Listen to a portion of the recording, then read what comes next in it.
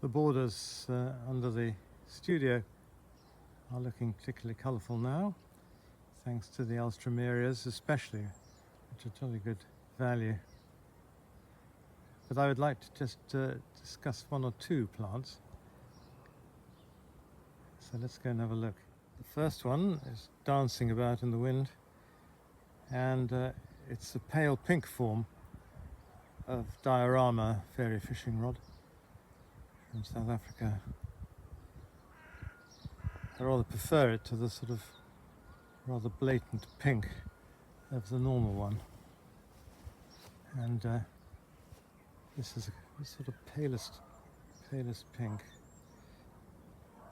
Many more buds to come, but each individual flower doesn't seem to last more than a day or two.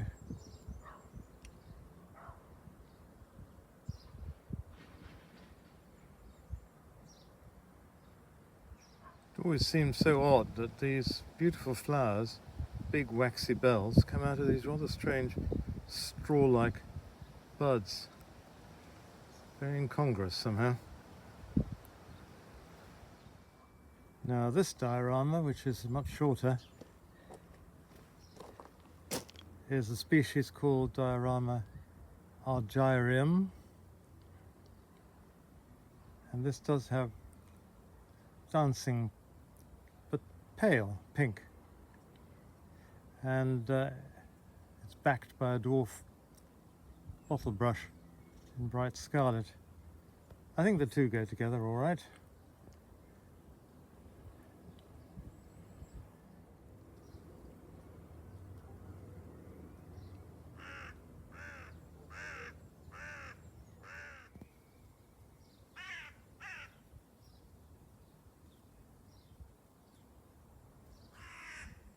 This diorama gets its name argyrium because the arch bit means silver, and whatever colour they are, because they are from white to a deep pink in the wild, there's always a silver bracts at the base of each of the flowers.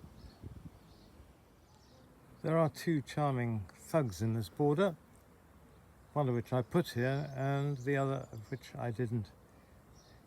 The one I didn't is the purple toadflax linearia, which is a weed, so-called weed. But I think it's rather nice, and it gives you some tallish spires with this purple flower on top. There is a cultivated variety with pink flowers called Cannon Went. The other thug is this delightful verbena with the purple leaves.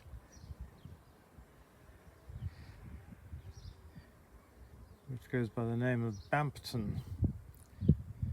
Now, most verbenas seed themselves mercilessly. I'm thinking of Verbena bonariensis. And where these thugs appear and I don't like to see them, I yank them out. They're very easy to yank out. Now, a garden visitor was very taken with this alströmeria, which is a 3-year-old clump of the one called Indian Summer. And I must say it is pretty stunning. More and more flowers come up, and it lasts very well in the vase as a cut flower. It's got a nice dark leaf which sets off the orange flared flowers.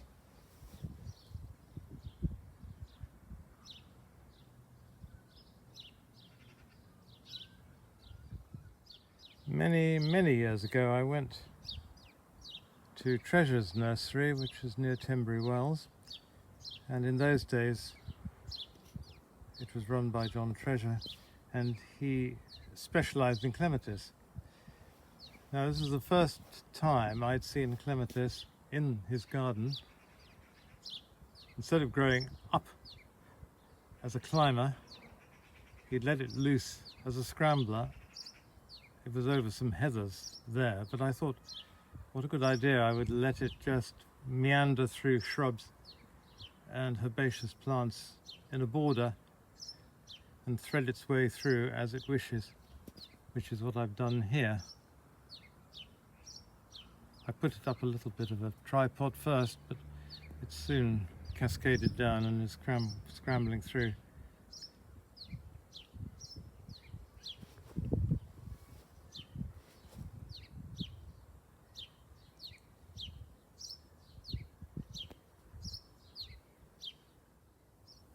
Coming up the side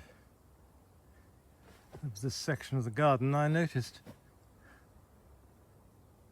a small tree full of flowers. In the last video we saw that lovely tree, small tree, Stewartia pseudo-camellia, with its peeling smooth bark, and I said wonderful autumn colour. Well, this doesn't have the bark, but it's certainly flowering well. And these flowers have got a slightly pink tinge to them, which I think isn't that usual for this, which is Stewartia rostrata. Let's have a closer look.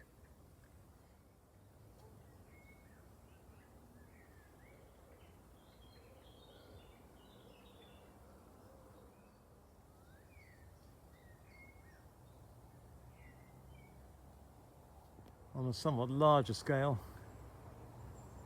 I want to show you this amazing lime tree, which is now 20 feet tall in 20 years, called Tilia oliveri. Absolutely full of flowers.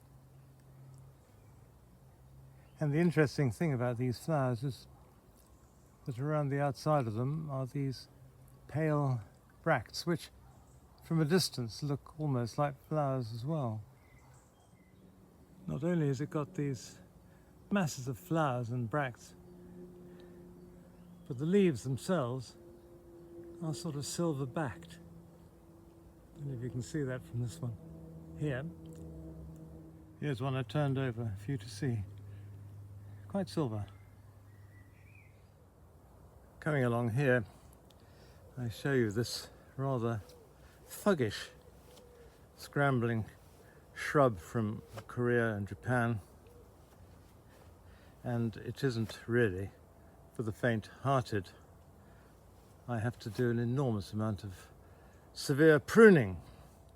However, I think it's at its best at the moment because the flowers, which are white, turn into three-sided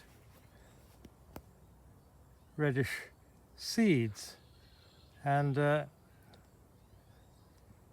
which gives it its name of Tripterygium, three-winged, Tripterygium regelii. The Regals, after whom this shrub is named, were father and son botanists, German in origin, but settled and worked in Russia, and between them spanned more or less the 19th century.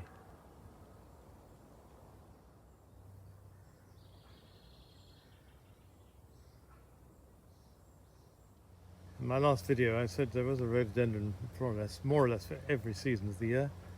This one is for middle of July and goes by the name of Polar Bear.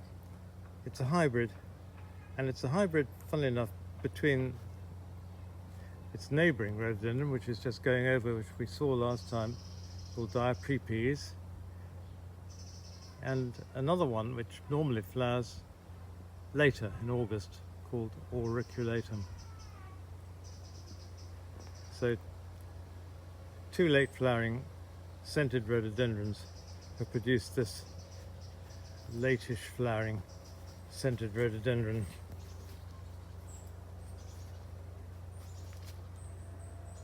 Really quite beautiful, but very widespreading. It's about 12 foot across after 12 years. Polar Bear, as originally described, had a green blotch at the base when it was submitted for a first-class certificate from the Rhododendron Group or Rhododendron Society as it was then, 1946. It was bred by Mr. J.B. Stevenson of Tower Court near Ascot, who was a secretary, I believe, of the Rhododendron Society in the 20s and 30s. And he distributed masses of these seedlings about the place. So, although they are almost all true to form, there are very slight differences. So the polar bears that are about, as it were, the rhododendrons, are grouped together in a group rather than specified as the original.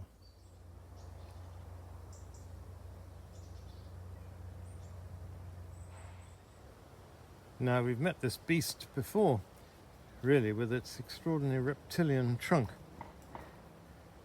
But now it's flowering, and it's flowering very well with its drooping bells of violet blue. This comes from the high Andes, and it's called Iochroma australis. Coming around the other side of it, you can see how extensive the flowering is. Pretty stunning, eh? I think so. The australis bit means southern hemisphere, not from Australia.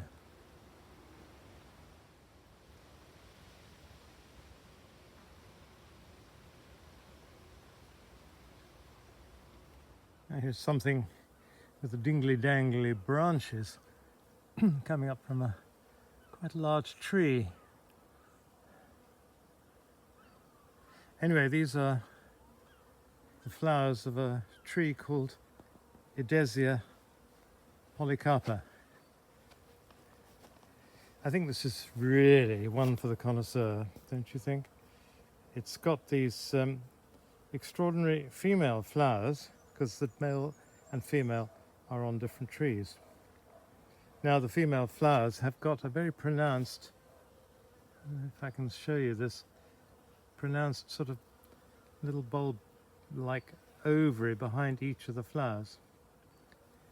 And with the male fertilizing them, they produced very decorative berries, but this tree does not. It's lacking a man.